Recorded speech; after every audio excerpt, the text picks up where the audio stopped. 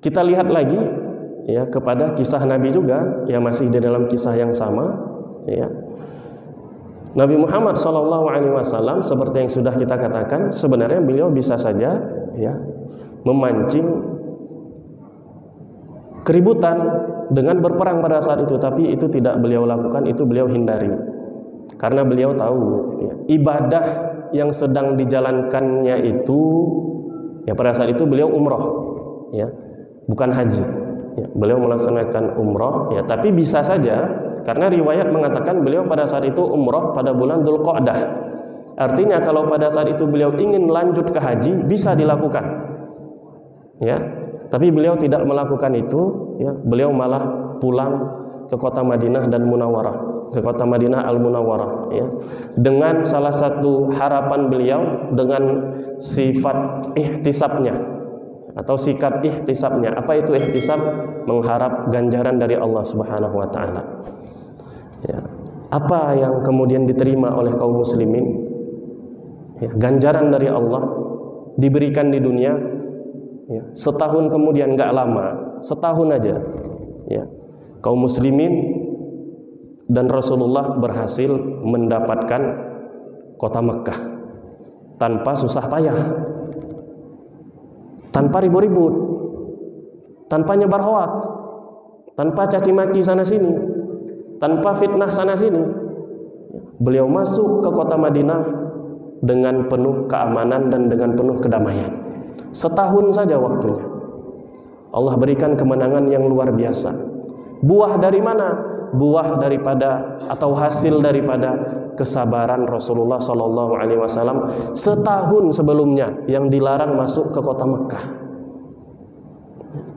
Pelajaran apa yang kita bisa ambil dari sini? Pertama, kaitannya dengan mudik. Bukankah Mekkah itu kampung kelahiran Rasulullah? Rasulullah di sana hidup sejak kecil, bahkan sampai umur beliau 53 tahun. Ingin beliau mudik ke kota Mekkah, tapi ya sudah menempuh perjalanan jauh nih selama seminggu. Ternyata ketika akan masuk ke kota Mekkah dihalangi oleh kaum kafir Quraisy, dan beliau nggak marah-marah, nggak caci maki orang yang menghalanginya. Bahkan salah seorang juru runding kaum Quraisy didoakan oleh Rasul Shallallahu Alaihi Wasallam. Kebetulan juru rundingnya namanya Suhail. Suhail itu artinya mudah, ya, berasal dari bahasa Arab sahlun. Sahlun artinya mudah. Maka Nabi pun berdoa sambil memuji beliau, sahalallahu umurana wa umurakum. Mudah-mudahan dengan penyebab kamu ini wahai Suhail, Allah mempermudah jalan kami dan jalan kalian. Ya, nggak ada difitnah nih si juru runding daripada suku Quraisy itu, nggak ada dicaci maki, nggak ada dimarah-marah oleh Rasul, malah didoakan lagi. Kan luar biasa contoh yang diberikan Nabi kepada kita. Nah, ini yang sebenarnya harus kita ambil sekali lagi kepada calon jamaah haji, dan kita semua sebenarnya yang hadir di sini ini semua calon jamaah haji, hanya belum daftar aja, Pak. Ya, insya Allah semua jadi berangkat haji lah. Ya, makanya daftar cepat-cepat supaya antriannya pun tidak terlalu jauh. Ya. Kembali kita ke kisah tadi. Ya, Nabi kan nggak marah-marah tuh. Akhirnya sepakatlah antara kedua belah pihak, Nabi pun pulang, ya kan? Dan kemudian satu hal pelajaran yang bisa kita ambil adalah beliau dilarang mudik, ya, dilarang pulang kampung. Ya, ini terjadi juga hari ini. Kita dilarang mudik. Bagaimana sikap kita sebagai seorang Muslim? Contohlah Rasul Shallallahu Alaihi Wasallam. Sabar dia dengan lapang dada menerima. Oh ya udah, saya dilarang mudik. Nah, udahlah, pulang aja, balik lagi ke tempat kita berasal. Ya. Kalau hari ini kan kita dilarang mudik, ya kembali seperti tadi, fitnah sana sini, ya kan, caci maki, marah-marah. Ya. Maka sebaiknya ini dijauhi. Ya. Sudah ada contohnya dari Rasul Shallallahu Alaihi Wasallam. Ma asbahal yaum bil barihah. Betapa miripnya kejadian hari ini dengan kejadian di masa-masa lalu. Itu pelajaran pertama ya. Kalau dilarang mudik dengan alasan yang jelas ya udah.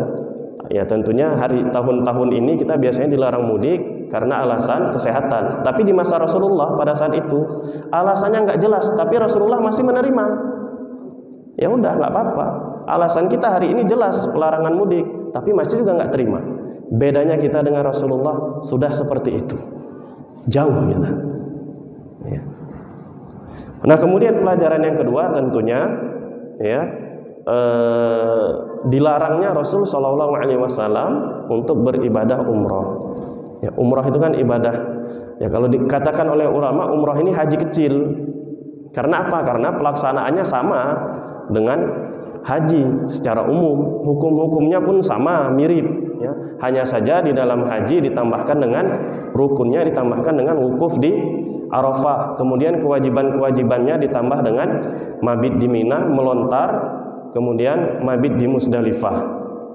Ya, nah ini saja perbedaannya. Ya, maka bisa juga kita ambil pelajaran bahwasanya dilarangnya Rasul Shallallahu Alaihi Wasallam masuk ke kota Mekah pada saat itu sama dengan ditundanya haji tahun ini. Dan sikap kita bagaimana? Sikap kita kembali kepada Rasul itu. Ya udah terima. Sabar lapang dada, mengharap kepada Allah akan ada kemenangan yang akan diberikan pada tahun depan, ya, atau ya kapan saja jika Allah kehendaki. Bisa jadi tahun depan yang berangkat haji seluruhnya yang sudah mendaftar, bisa jadi jika Allah memang berkehendak kemenangan diberikan oleh Allah Subhanahu wa taala. Caranya bagaimana? Wallahu alam, caranya Allah yang tahu. Ya kan? Bisa saja demikian. Atau bentuk-bentuk lain kemenangan yang bisa kita dapatkan atau ganjaran yang Allah akan berikan, kita tidak tahu bentuknya seperti apa. Maka saat ini sabar, ya. Tidak perlu kita ya mengikuti orang-orang yang tidak paham. Ya. Kemudian ihtisab. Ya. Atau kita sebut dengan muhasabah dirilah. Ya. Kepada khususnya calon jamaah haji. Ya. Muhasabah diri, Pak. Kenapa saya tahun ini nggak bisa berangkat haji? Bisa jadi karena kita belum pantas untuk melaksanakan haji tahun ini. Bisa jadi. Kenapa demikian? Ya kita lihat dengan sikap kita hari ini. Kebanyakan justru calon jamaah haji kecewa karena penundaan, kemudian ikut menebarkan hoak, dan itu dilarang di dalam haji.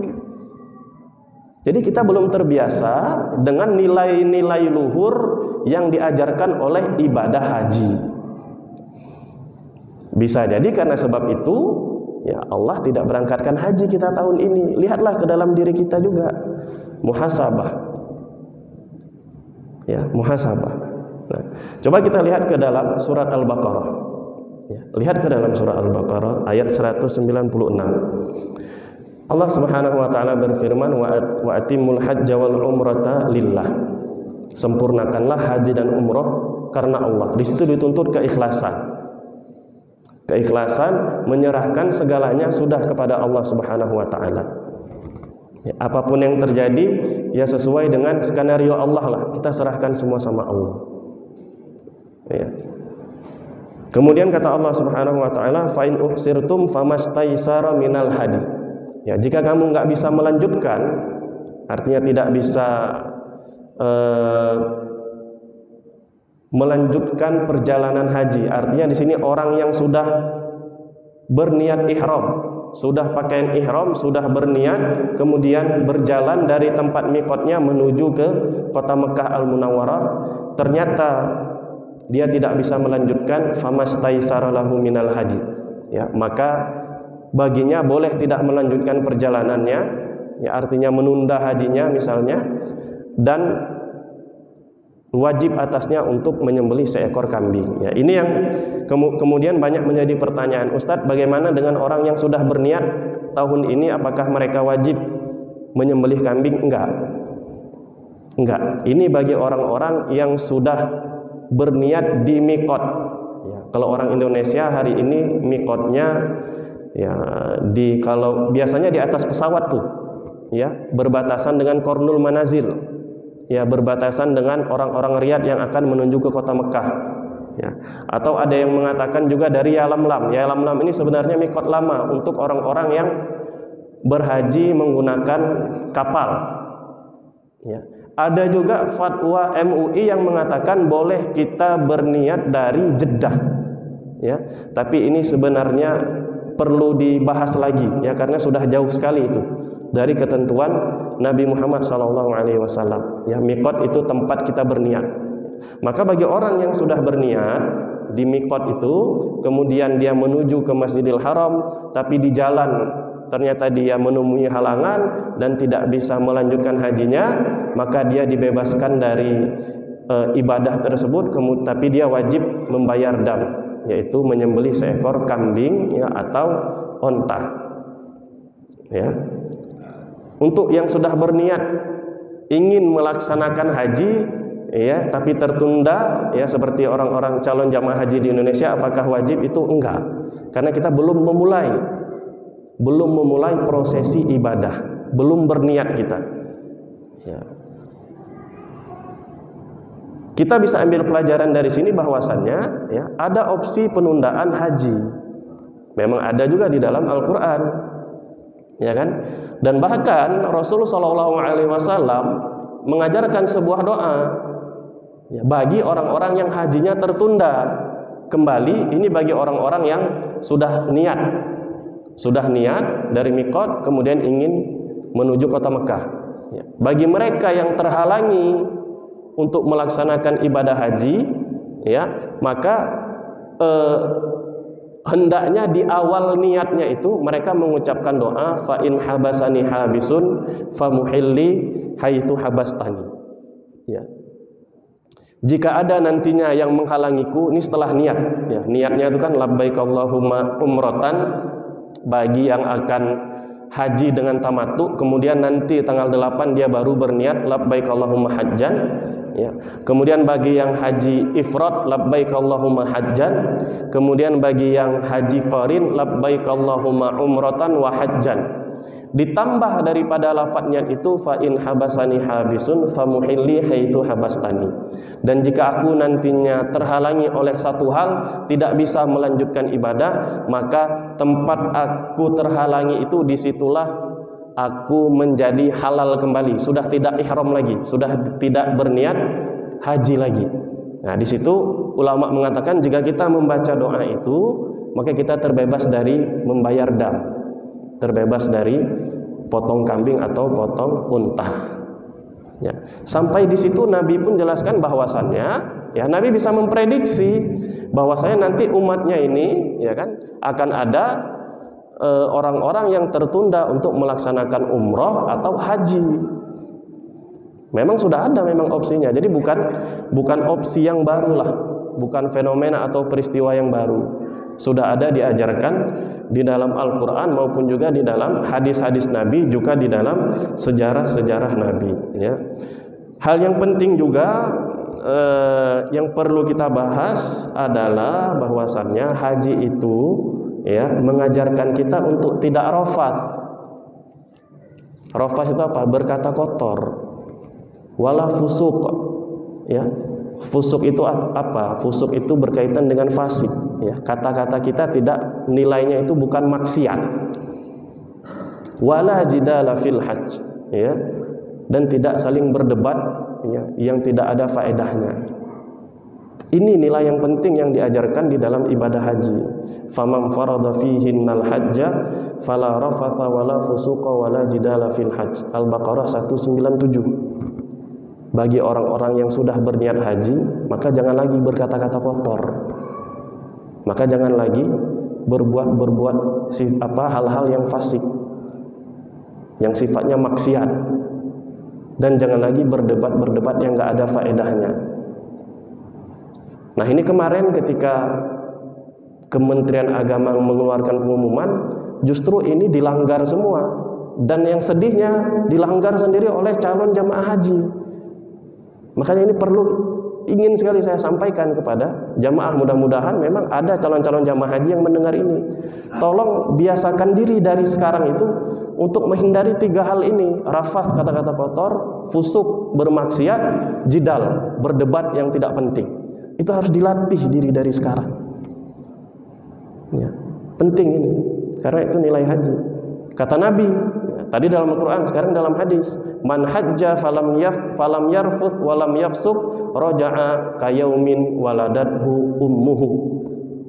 Barang siapa yang melaksanakan haji, dia tidak berkata kotor, dia tidak berbuat maksiat, maka dia kembali ke tanah airnya seolah-olah dia seperti bayi yang baru dilahirkan oleh ibunya. Ya. Maka ini satu nilai penting yang kita lihat di dalam masyarakat justru bertolak belakang dengan ibadah haji itu sendiri. Makanya keresahan ini saya sampaikan kepada jamaah, mudah-mudahan bisa diambil faedahnya. Ya. Berkaitan dengan kesehatan, vaksin kita di Indonesia sampai hari ini itu belum diakui oleh pemerintah Arab Saudi. Sampai hari ini. Ya, ini belum, saya katakan belum, bukan tidak. Ya, belum, hanya aja 3 vaksin sampai hari ini yang diakui. Pertama AstraZeneca, kedua Pfizer, keempat Johnson & Johnson. 3 vaksin itu yang diakui oleh Arab Saudi. Ya, makanya kalaupun kita memberangkatkan, saya kira tidak akan diterima oleh pemerintah Arab Saudi. Ya, demikian mungkin pengajian kita pada malam hari ini. Ya, sebenarnya pengajiannya ringan. Ya, tapi mudah-mudahan bisa sedikit menambah faedah bagi kita semua, ya, baik itu faedah keilmuan maupun juga faedah wawasan. Ya, dan saya ucapkan terima kasih atas segala perhatian. Ya. Saya tutup pengajian kita ini dengan doa kafaratul majelis. Subhanakallahumma rabbana wa bihamdika asyhadu an la ilaha illa anta astaghfiruka wa atubu ilaik. Wabillahi taufiq wal hidayah. Wassalamualaikum warahmatullahi wabarakatuh.